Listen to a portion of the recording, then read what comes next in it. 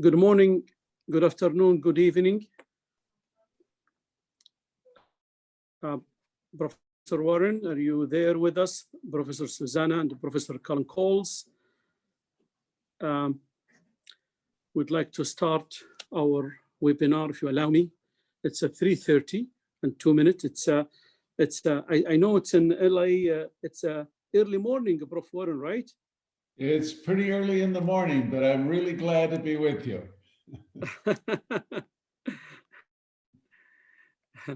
Well, let's start, if you allow us, please. Yes, I would like to introduce to welcome all of you and thank you for registration and participant. This is the second webinar for Imam Abdurrahman bin Faisal IAU University for quality skills, accreditation, and ranking university. This is a part of the continuing education webinar series of the university. Well, we'd like to thank Professor Abdullah Rupaish, President of Imam Abdurrahman bin Faisal University. We are always proud to announce our webinar series for the enhancement of equality skills in our region and also all over the world. Thanks for everyone. I see go around the participant. I have really a participant from all over the world. Really many thanks for the people give us the trust and give us the confidence to present valuable information and equality and education and teach, and also in the accreditation as well. Next, please. I would like to go a little bit about Imam Abdurrahman bin Faisal, the university where we are proud of and we are belong to. The Imam Abdurrahman bin Faisal is located in the eastern province of Saudi Arabia, close by the the Gulf Coast. Established in 1975 under King Faisal University in that time. Then by monarchy announcement declaration, we have declared a university under University of Dammam in 2009, and this university going all the way to be accredited university by the local accreditation INQAAHE, the national accreditation for assessment and evaluation. And as a matter of fact, in 2016 as well, we accredited the College of Medicine, College of Nursing, and College of Dental, and we are continuing to give accreditation to our programs to reach the excellency of the quality of work academically. The name has been changed in 2017. Used to be University of Dammam. Also the logo, if you see there, University of Dammam logo is different. Now we have IAU, which is Imam Abdurrahman bin Faisal 2017. And I think by the time everybody know about the university. Next, please. This is the accreditation where we are. Thanks God, we are as a university recognized by QS within the 10th universities and the 40th Arab countries and 500 level in QS and also in Times and also in US as well. We have several accreditation program from different agencies in the world, members in Shia as well. We are there and we are there as a branding, but I think we need to have some communication with others to link our university with the other part of the world. Next, please. This is the strategic of the university. We have very broad vision, mission, and the university now goes under the within the 3 universities in Saudi Arabia, King Saud and King Abdulaziz, and Imam Abdurrahman bin Faisal University has been selected to be within the new university system, has been announced, and I think that's a privilege to the university to be there. We have very strategic institutional with 179 KPI, with more than 67 projects, and very systematic management. Thanks God. This program of webinar, it comes under initiative. We call it JOSOR. JOSOR means linking, bridge. Okay, we are bridging the university with the other part of the world. We're just to try to accelerate the improving of IU ranking through JOSOR. JOSOR is improve our university ranking. JOSOR as well, we communicate with the hub of IU to the community. This initiative, we are really count on it to have well-known university, better known global ranking. Next. Today, really privileges. We have 3 panelists counted really within the most known in the world in the business of the quality and accreditation. Professor Warren Fox, he's more than welcome. And he has served in many capacities in higher education at university campus system and the statewide level in the US and abroad. He's now a consultant and advisor in higher education, a member of the board of directors of the Knowledge and the Human Development Authority, in the Emirate of Dubai. Serve as advisor to the chair of the board for KHDA in Dubai, which is the Human Development Authority. Chair of the University of Quality Assurance International Board. He was a previous head of higher education for the Minister of Higher Education and Scientific Research of UAE. He is a former head of the State of California Agency for Higher Education. Professor Warren is a former Professor Campus Administrative Vice Chancellor and Agency Head, hold a degree from US Berkeley and the University of Southern California. You are more than welcome, Professor Warren, and we are really privileged to have you. Professor Colin Coles is a co-founder of the Winchester Center for Global Health, part of the University of Winchester, Faculty of Health and Wellbeing. He's a career educationalist, work in professional education with a special interest in curriculum development and has published widely in this field. And he has also theories of in learning and context. And I think his word along with the Professor Warren and along with the Professor Susanna will really worth to us a lot. Professor Cullen was appointed as a visiting professor at the University of Winchester in 1997. He is one of the founders of the highly successful Master of Medical Education at the University of Winchester. And he's a present focus on a program of work in low and middle income countries. You are welcome, Professor Colin Coles. Professor Susanna, I think she's well known. She is the president of International Network of for Quality Assurance Agencies in Higher Education. And this agency, everybody knows it's with INQAAHE. And all the universities and all the individuals interested in quality assurance and in higher education, they are a part of it. And here we go, we have the president today. She is currently employed as a director of the Higher Education Policy and Regulation Division, Abu Dhabi Department of Education and Knowledge.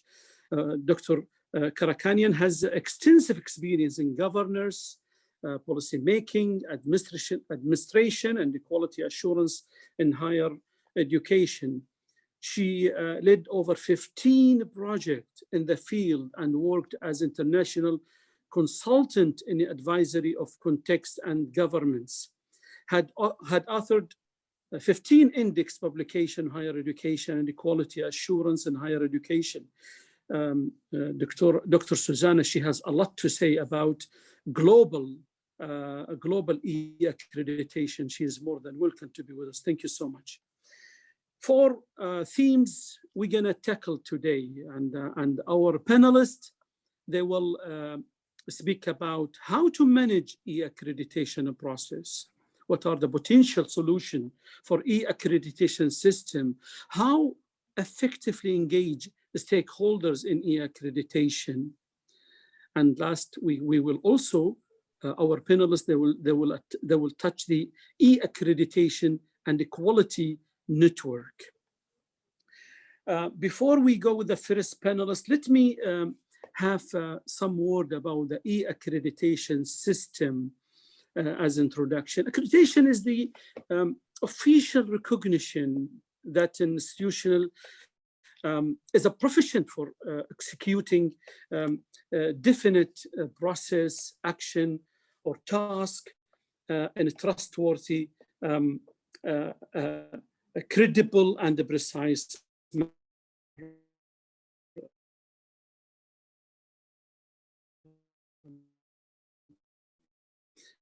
Accreditation is an online system. We'll have an accreditation system will allow us to allow an institute to be more efficient for guiding, handling, and navigating the accreditation process.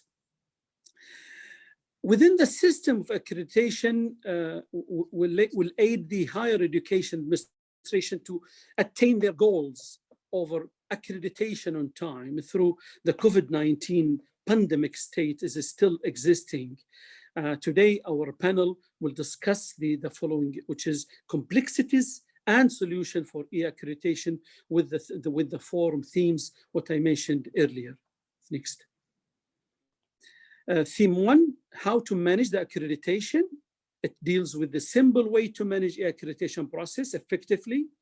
Theme 2, what is the potential solution for the accreditation system?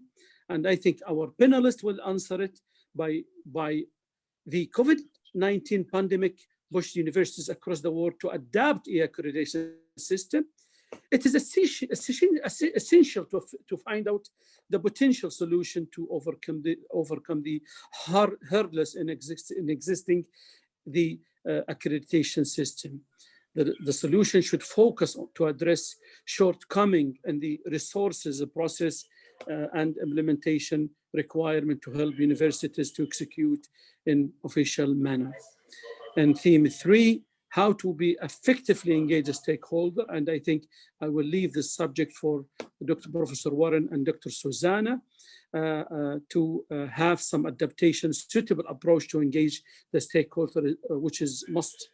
And also theme 4, it will be highlighted with more knowledge and information. Now, I think it's the time for Professor Warren Halsey Fox, our first panelist, to speak about in the perspective of institutional, and you are more than welcome. The floor is yours, sir. Thank you, Dr. Ahmed. I want to thank you and Professor Abdullah of your university for inviting us and holding this. This is a critical issue in higher education, and it's good to see that your institute, your JOSOR Institute, and other things happening in the Kingdom of Saudi Arabia, including the National Center for Academic Accreditation, which is doing excellent work on defining new disciplines and key performance indicators.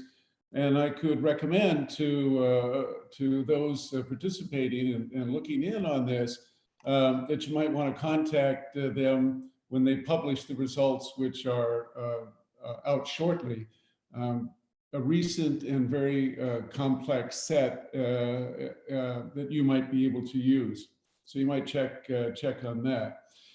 Quality assurance and accreditation are really, it's a very important pillar for all universities. And by the way, I don't need these slides yet. I'll call you when I get them, and I'm only going to need 8, 9, and 10 for who's ever on the slides. So you can just leave me on for a while, and I'll chat with people. Yeah. Okay. So this slide. Yeah, no, I don't need the slides. I'll do 8, 9, and 10 later. So if you could, well, you work on that. And my comments are not exactly on these slides, but I am going to use the ones at the end. Everybody can have access to these slides after the presentation. So we have really global problems, as mentioned by Dr. Ahmed. The COVID pandemic, which has hit all of us here. I'm in the US, welcome from the US and from the West Coast. We suffer from some of the highest numbers, very difficult. Economic slumps we're all in. And for universities, there's a limit on travel, on student travel. We've all been disrupted, and disrupted is the name of our current situation in economics and in higher education, and for our universities themselves. Those who had person-to-person delivery, many are now online, and here in the US, they tried to have students come back. Most have gone to online because of the COVID pandemic. The terms have been changed. The students started, and then they did away with breaks, so students could go straight through and then go home. They're changing the delivery of courses, how they're delivered, even content. They've got to find new ways to support faculty. And I think when I have talked to universities, that one of the most difficult areas for institutions and universities is the fiscal impact, especially for private universities that need tuition revenue. The budgets are necessary for any university to function, but there's a strain now on these budgets, a strain to keep renting facilities when students aren't there. There's a strain on students to get jobs so they can pay for tuition. Families to support students, they find difficulty in the economy. The fiscal impact is going to be lasting. So universities will need to find more efficient ways to work. And this is one of the ways that accreditation process can do that. And we'll talk about management systems in a minute. So in all of these things with COVID and the economy and so forth, quality and assurance for universities are very central. For the university of the reputation, which I know Dr. Ahmed is a very high concern in Saudi Arabia, and it puts pressures on quality agencies and accreditation. There's pressure to do business differently. Universities are doing things differently. There's high pressure to change.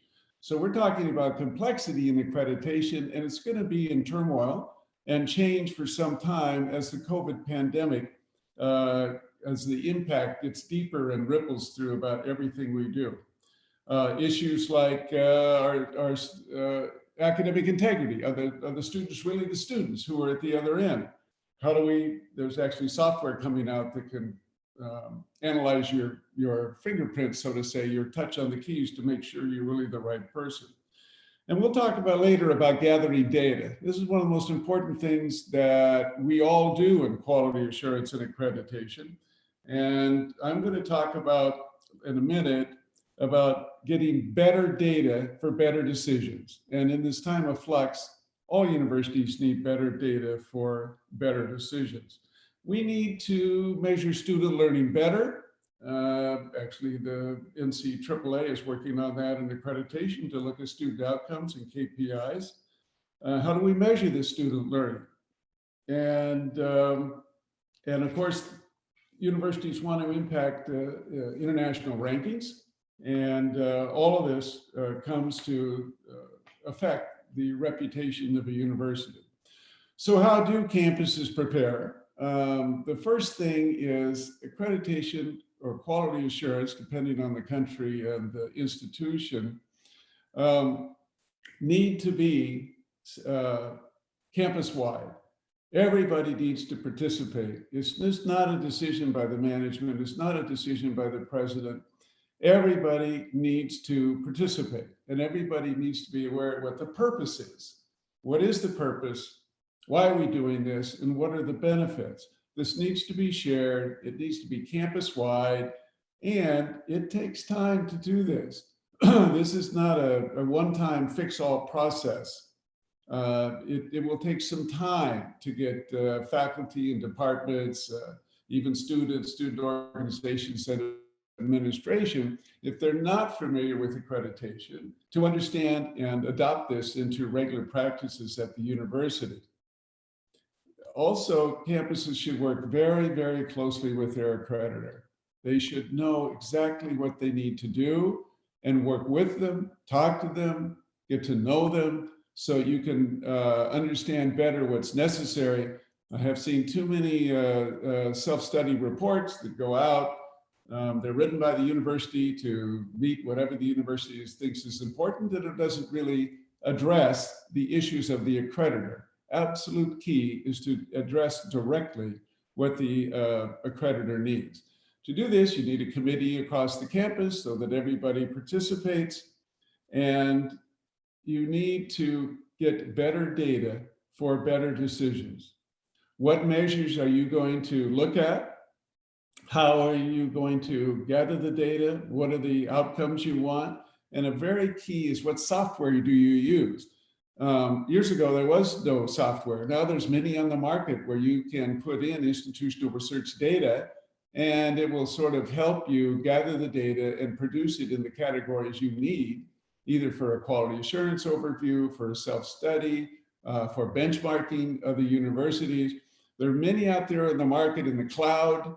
One of the best things you can do is talk to other universities. What are you using? How does it work? What size are they?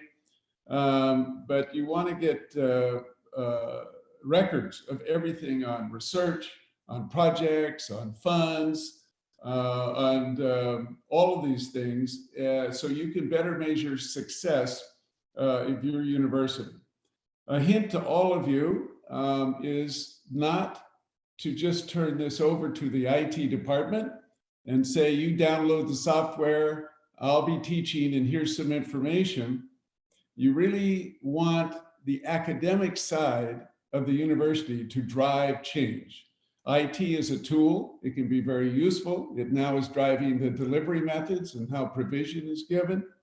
But IT needs to be a supporting player. I've also seen too many times where IT takes charge of all the decisions, and the administration and the faculty really, really need to be involved and to figure out how to use this technology to get better data for better decisions.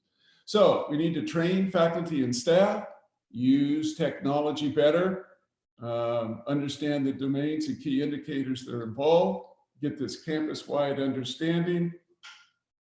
This is not an audit. In the old days, it was an audit. You want the feeling that this is very supportive. WAS, the Western Association of Schools in California, in the US, a decade ago, changed from kind of the, we're going to audit you, to let's define some academic issues for your institution that are important and work together to move forward and talk about success for you.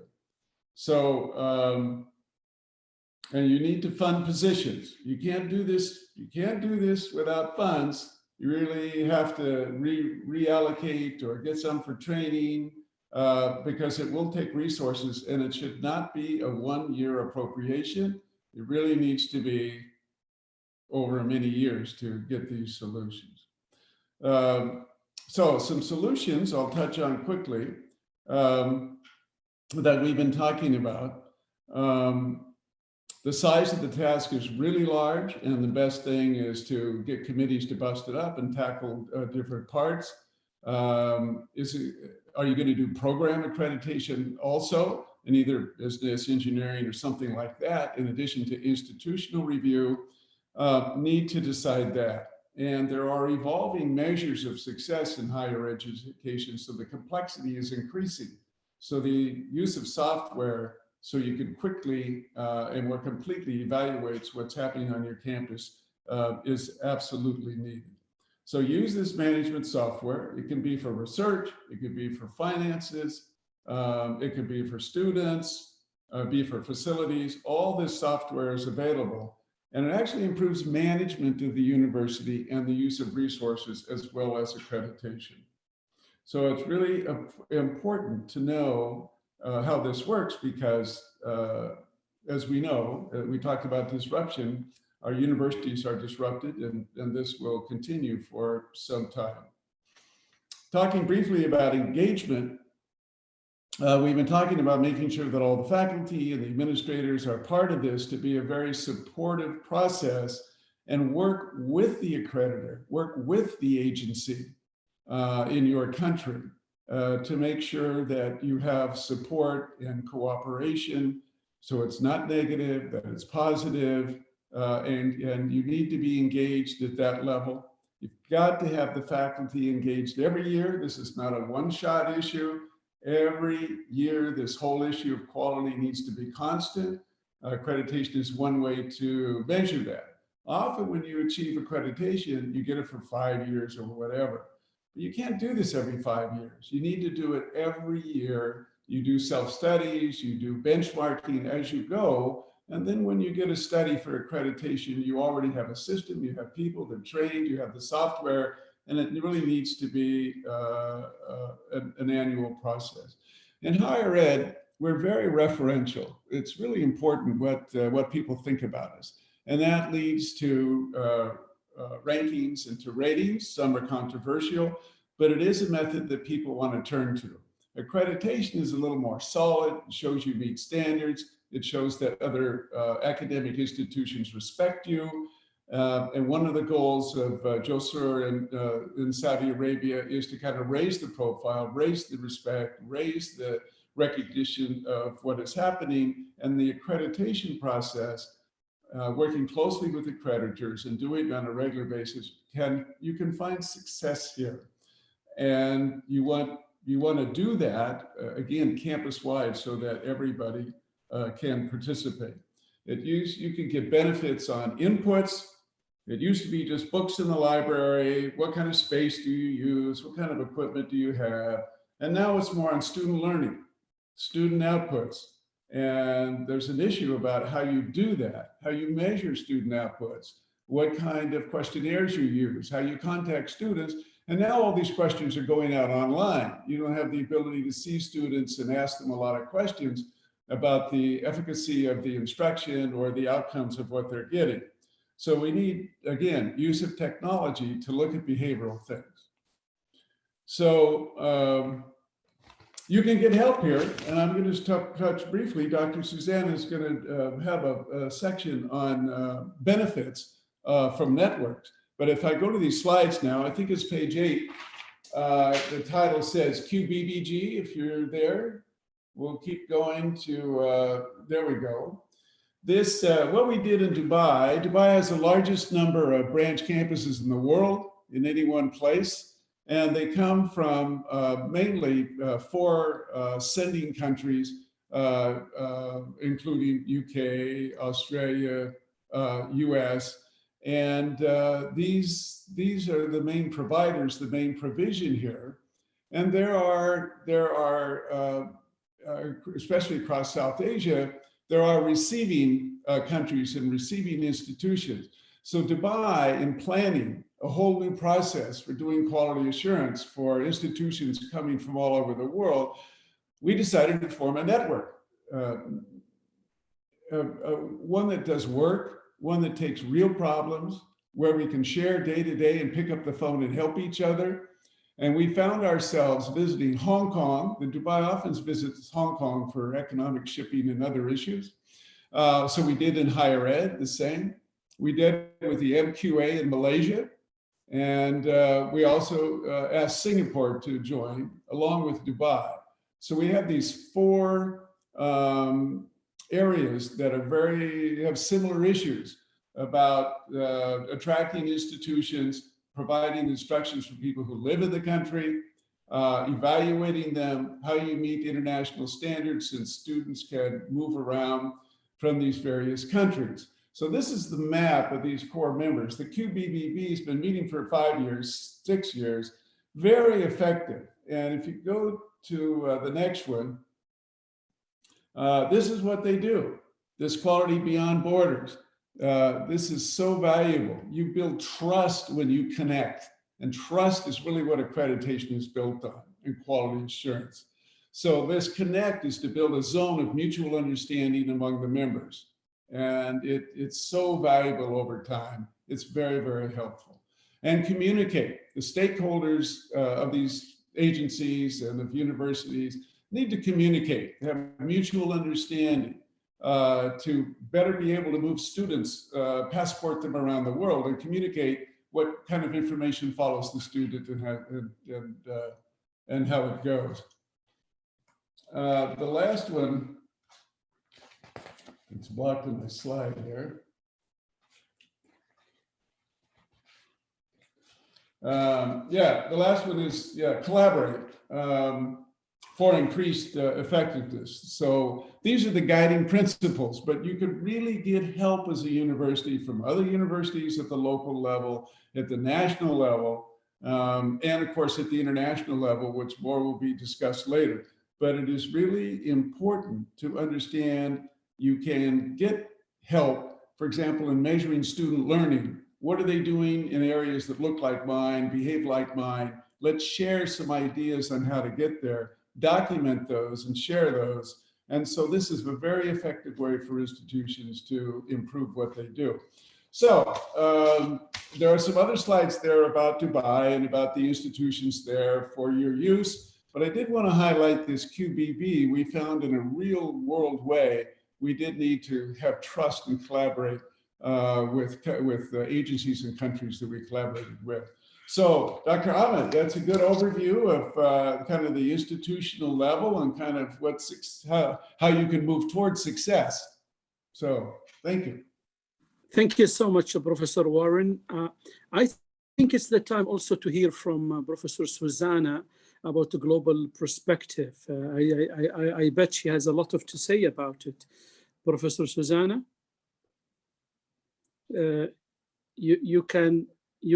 will be the share content, Professor Susanna. Yeah, good afternoon, everybody. And it's my honor to be with you now and present on behalf of INQAAHE. And let me just share my screen and then we'll take it from there. So I hope you all see my screen. Yes. Yes, we. And now I will make it. Just I want to mention, Professor Susanna, if you allow me, for all attendees, with all the audience with us, we have a question and answer. It will be at the end of the session, okay?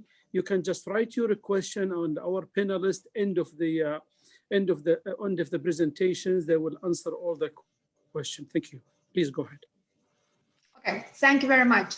And again, thank you everybody for joining us for this webinar on very important topic of quality assurance of E-Accreditation.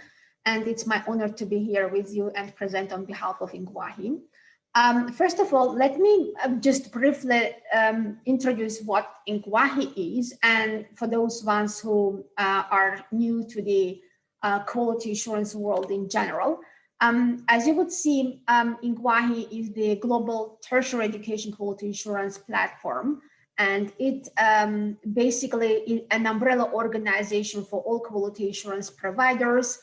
And like you would see here, that INQAAHE was the first ever network originated and which was established in 1991.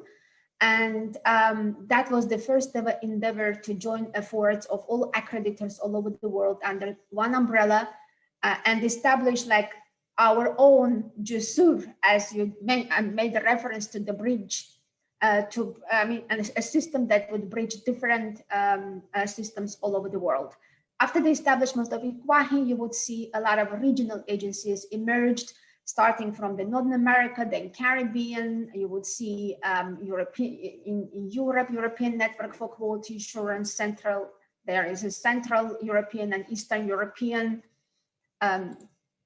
network, Arab Network for Quality Assurance, African Network, Asia Pacific Network, and there are so many other networks which are united under special interest, like quality assurance of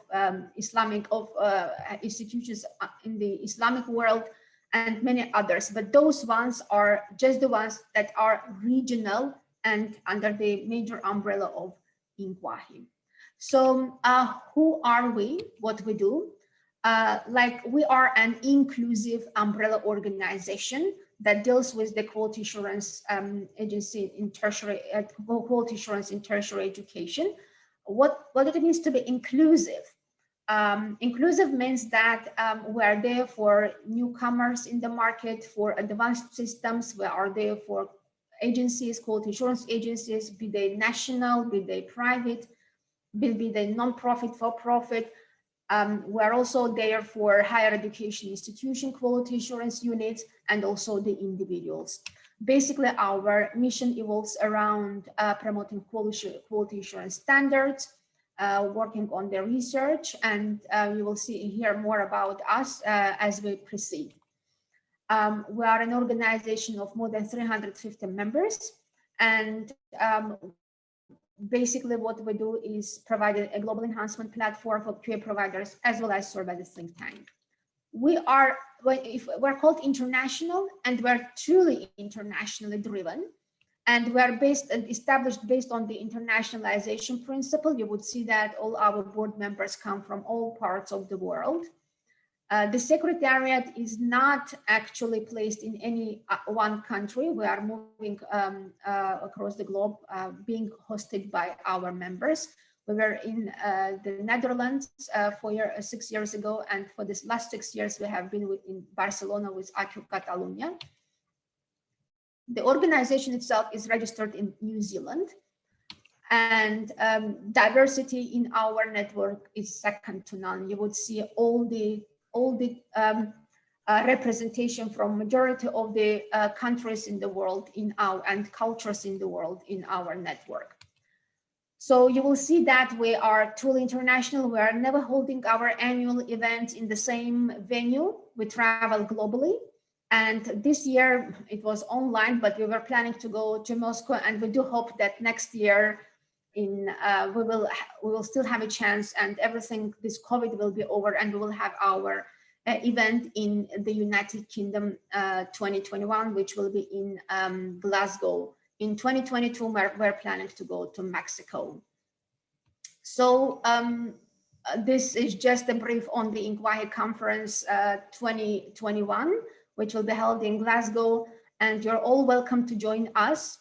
We will be offering different modes of participation, and this is a prominent date for us, which is the 30th anniversary of the first quality assurance network in the world. So just the legitimate questions asked when Dr. Ahmed contacted me to join this webinar and talk about in electronic or E-Accreditation. So what was the whole purpose? We had a very nice discussion with Professor Warren and Ahmed together. And basically when we came up with this, seems like it was, first of all, we have to understand the processes. Then we have to come up with the solutions for the systems. What are the systems to have for those processes? How to effectively engage the stakeholders in E-Accreditation, and what is the role of quality assurance networks in this? And you would see that these are all coherently linked things which flow one after another. And Warren already touched upon a lot of systems and processes, and I will try to just add from the quality assurance, from external quality assurance, from global perspective, how this might look like. So I just want to start with one question to all of you, and you can drop in the chat box some of your responses. I will be responding as it goes. Like, the question is, you are all leaders, and quality assurance is there for the leaders. I mean, to be able to manage effectively. So what keeps you as a leader of an organization awake at night? So just drop the responses in the chat box as I move. I will be responding. I will be reading your questions aloud, and we will be discussing them. So, well, to start with, if we had you know, disruptions here and there throughout the decades, I mean, not so much. I mean, for the last, 22 decades, for the last 2 decades, I would say that we have entered the era of disruptions. Now we have technological, ecological, political, demographic, and then as if everything else is not enough, we have COVID-19 to come in and destroy, put everything upside down for all of us and raise a lot of questions. So what did you do? What was your reaction to this? Majority of them, as per the survey of INQAAHE, found out themselves, oh my God, how do we deal with this? And moving on to an online platform, it doesn't yet mean that you are actually doing the procedures or the processes or the delivery of educational services in an online mode. So there is more to that, more to moving to the Zoom platform. So we were facing with the internal and versus external disruptions, and also positive and negative disruptions. Apart from these disruptions, well, there is another thing we have to consider, because the current generation we are dealing with is absolutely different from whoever we used to work with. And Generation Z has come in to bring in its own needs. They are all about technology. They are financially focused. They don't want to waste money. What does it mean? It means that we have to come up with the educational offers that meets their needs. Look at the higher education. It's really expensive. Not everybody can afford it. So how do we make sure that those financially focused kids are attracted to higher education and can get higher education? So Generation Z is entrepreneurial. So majority, some of them might be really very lucky and get to the top of the business without any other education, just by learning themselves. They are very communicative, competitive on top of all, and they like change. And diversity is number one element for them. So they like diversification, they want diversification, and they prefer independence. They want to be heard, their opinion matters.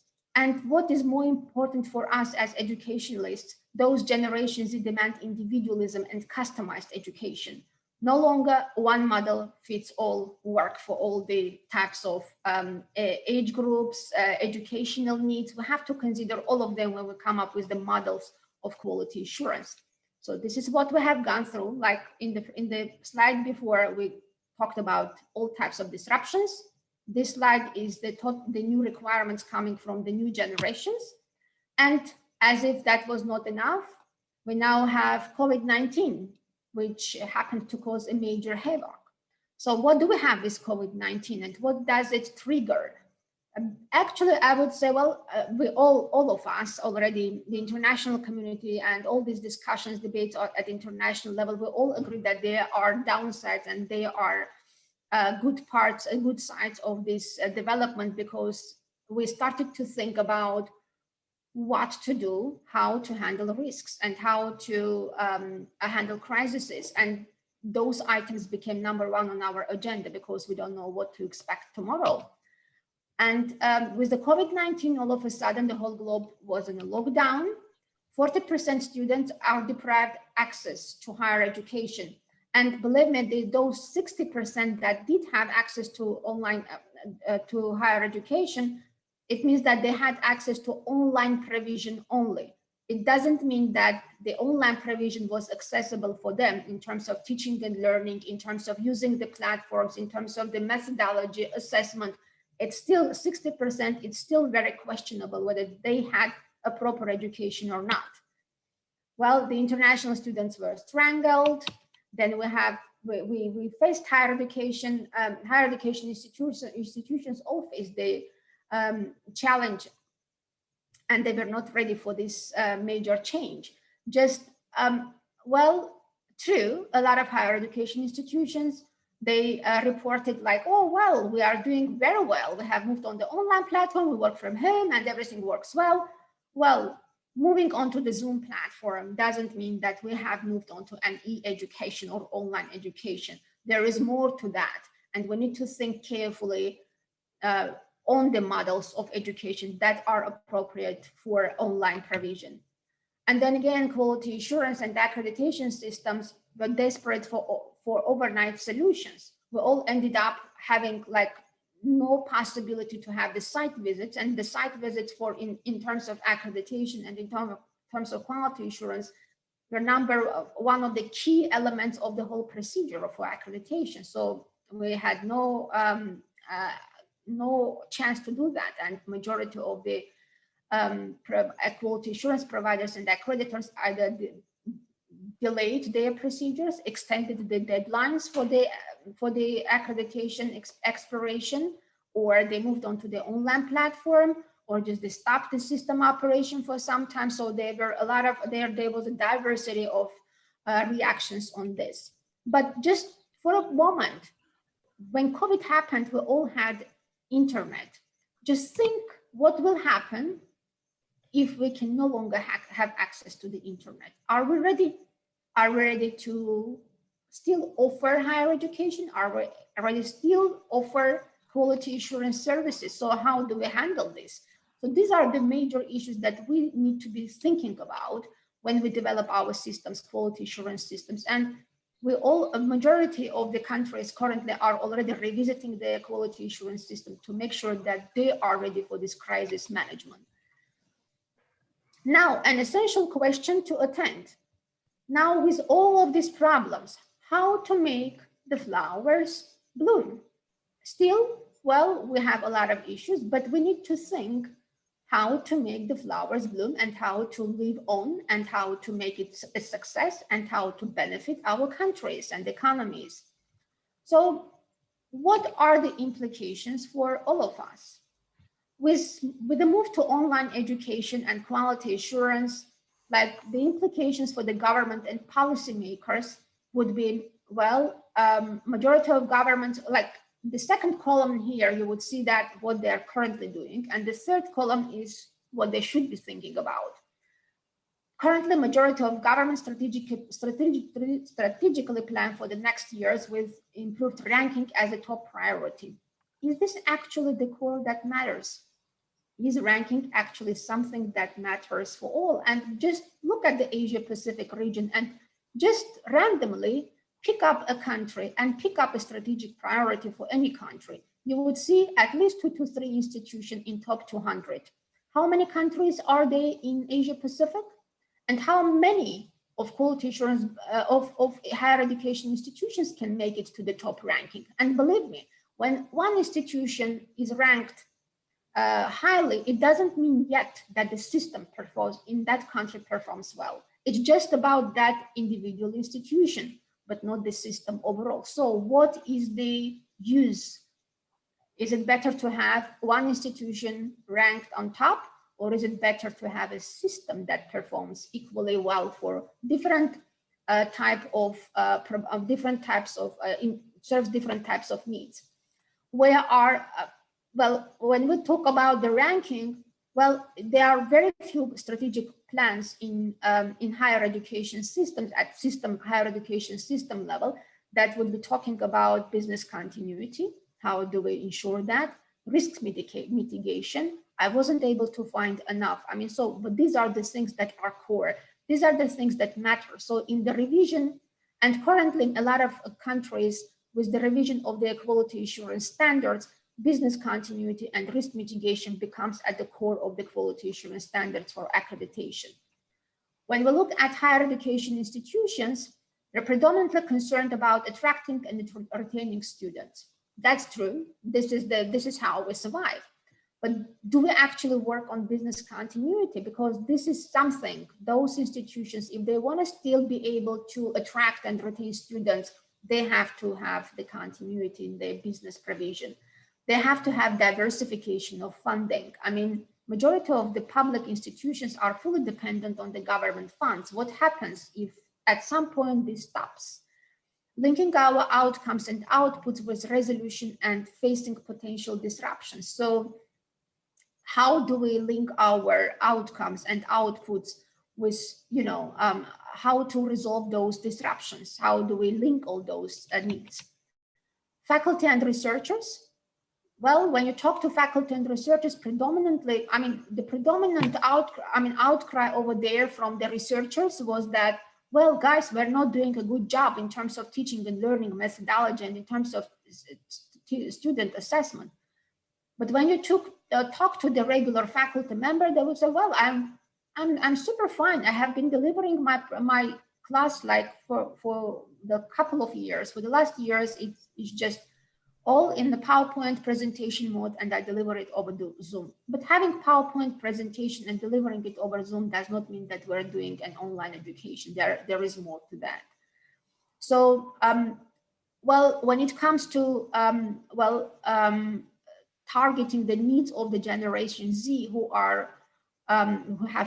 come with their diversity of needs and diversity of, requirements for the system, are we actually equipped to meet the needs of Gen Z and face all the disruption nobly? This is something that we need to think about. And then when it comes to students, just listen to them. Majority of them are already losing their hopes to have like gainful employment after, based on the higher education diploma. Majority of them are now seeking for alternative ways of learning. You would see that there is a major increase in alternative provisions in the number of, micro credentials are coming in, and there are a lot of, and the business is actually growing in terms of the dollars. Well, they do need, but those newcomers to the new generation, they do need customized approach. They do need to work and study at the same time. But what does our system say? It says, well, you have to first of all take 4 years of bachelor and then plus 2 years of master. Well, in some countries, this is a different variation, but on average, we end up with having 5 years before we can enter the market. And then this is not what they want to do. They want to have a customized approach. They want swift access to employment. Well, even after the high school graduation, they would love to have access to employment and plus education at the same time. And then they also want this to be, their education to be, adjusted to the needs of the work of their employment, which the gap we all acknowledge that is there yet. So back to the legitimate questions we raised at the very beginning of our discussion: how to manage e-accreditation processes, what are the potential solutions for e-accreditation systems, and how to effectively engage stakeholders in e-accreditation.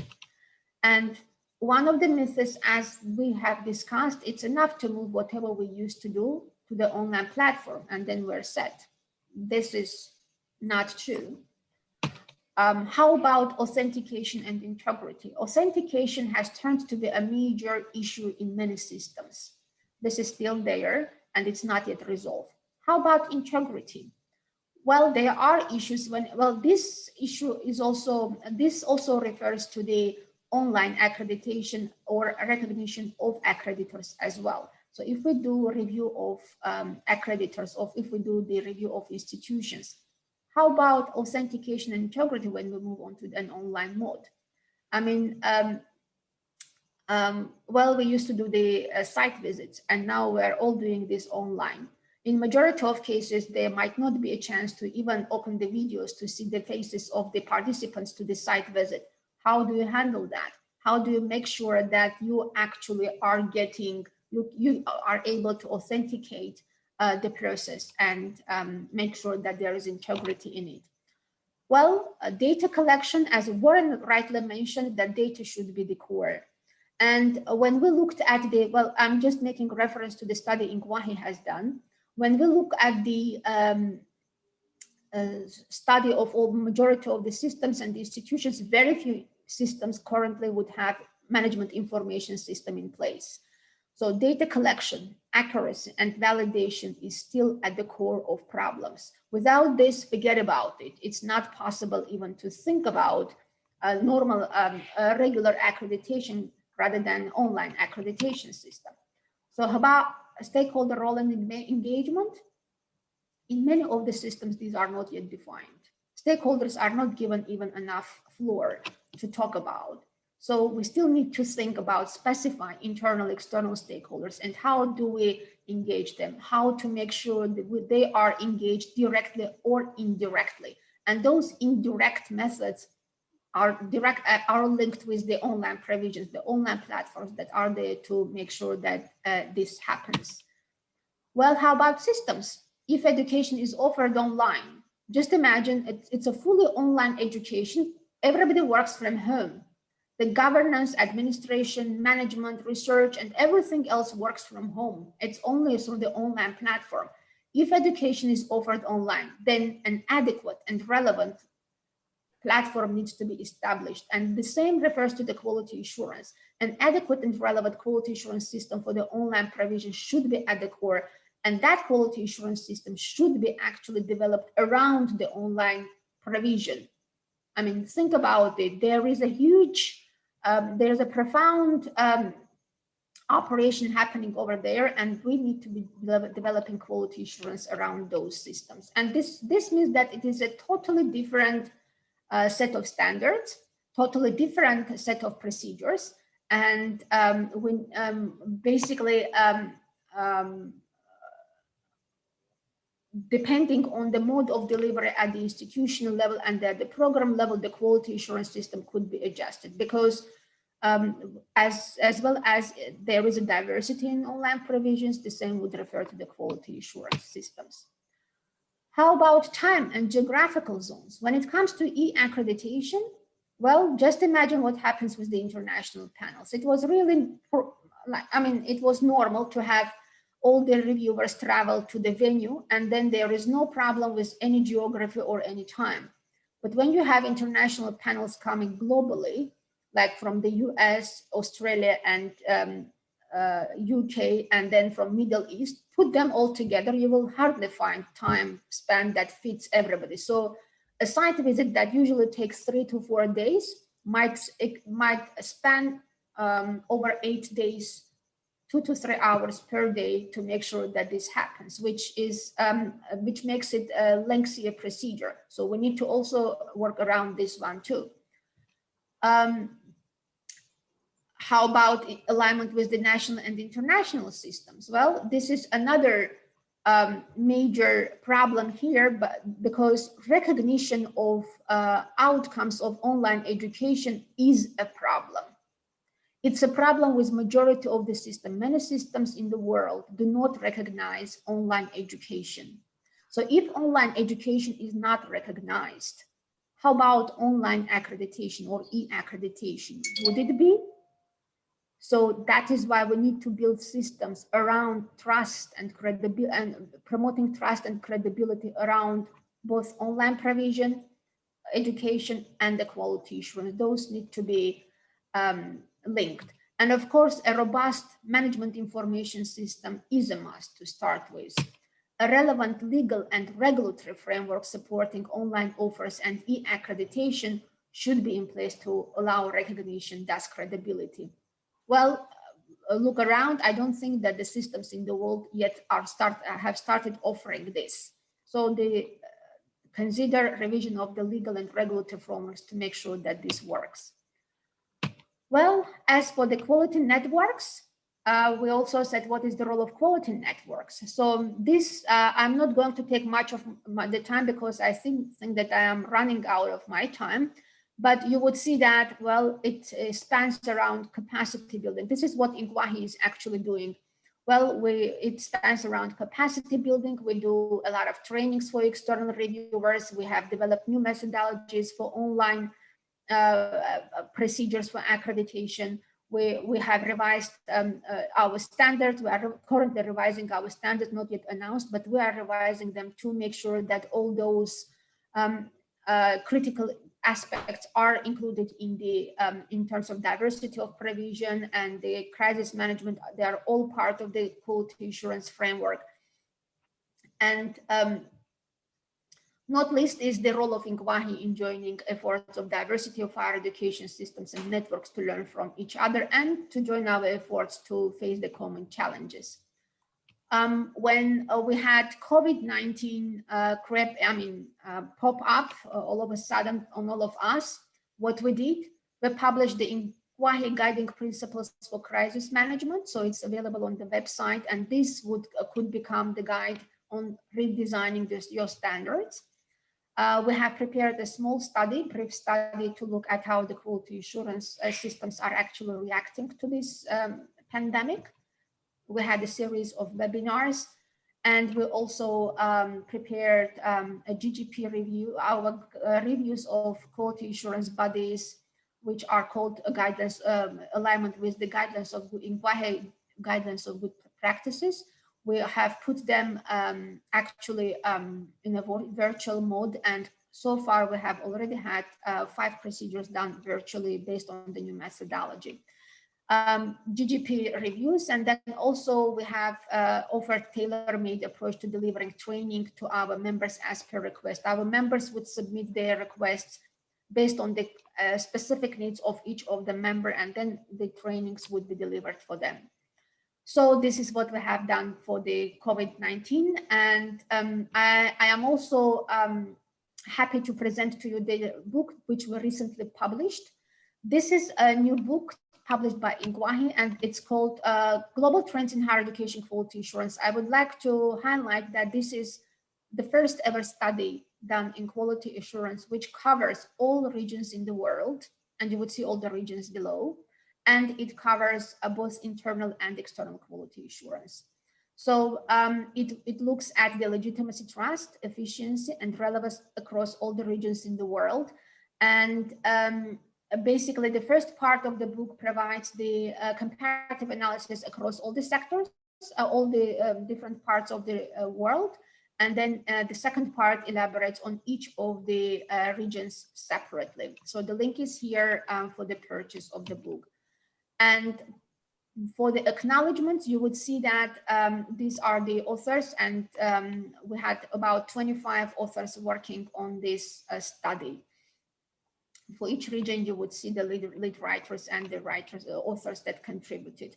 So what is the beauty of this study? That this is done exceptionally on a voluntary basis with zero funding, with the spirit of giving back to the higher education community and appreciation of the necessity to close the existing gap in the body of knowledge on higher education quality assurance. And the study is the clear manifestation of the power of joint efforts at the global level and the impact it can make. We will definitely, in the time of crisis, we need to join our efforts. And INQAAHE is honored to be its promoter.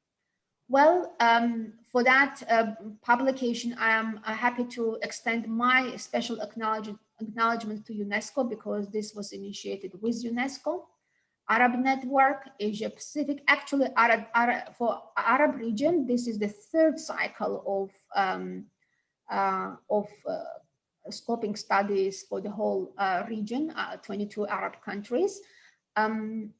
And for the Caribbean and for the Eastern Europe, it is the second round. But globally, this is the first round to go with. So these are the, I'm happy to share with you the networks that contributed to the study as well. And to conclude, I'm happy to convey the greetings from my board, for the board. And you would see that we have the most international board. And greetings to all of you. And remember, we are always there for you and with you. If there is anything, please just drop a line for us. Thank you very much. And I'm stopping here for your questions. Thank you. Thank you so much, Dr. Susanna Karakanian, President of INQAAHE. I really appreciate it. It was really informative.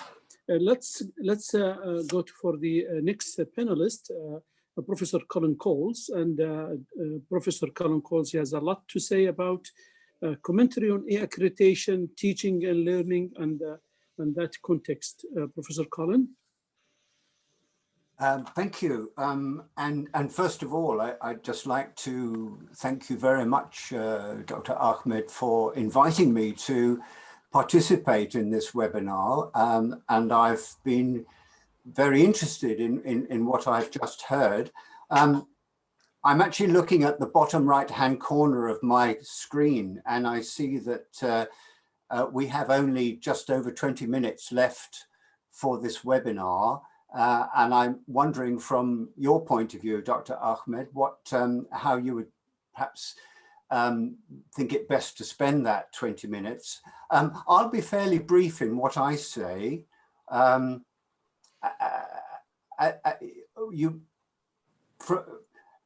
I suppose I should start by saying that in the UK, we don't have an accreditation system in the way that it operates in the way that you've been hearing up to now in this webinar. And in that way, UK institutions of higher education aren't accredited or unaccredited or disaccredited. It does have in the UK a quality assurance system in higher education. There is a quality assurance agency for higher education. That agency does not directly assess the quality of courses or qualifications at an institution. Instead, they look at the systems that higher education institutions have in place. What I find interesting about this discussion, when I think about the main focus of my work, which concerns curriculum development and evaluation, I'm interested in the quality of the courses themselves and the teaching and learning going on in them. Most of my work has been in medical education, the education of doctors and other healthcare professionals. And as Dr. Ahmed said, I'm currently involved in establishing a Centre for Global Health at the University of Winchester. And we've started running an undergraduate program in that this year. And we are working on the validation of a master's program, which will start in September of next year.